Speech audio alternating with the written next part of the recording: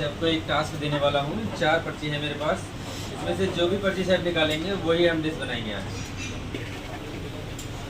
Chef निकाल।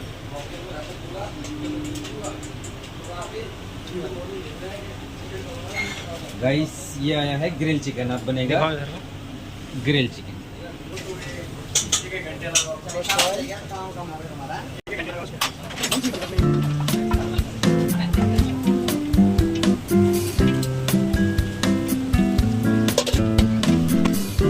चलो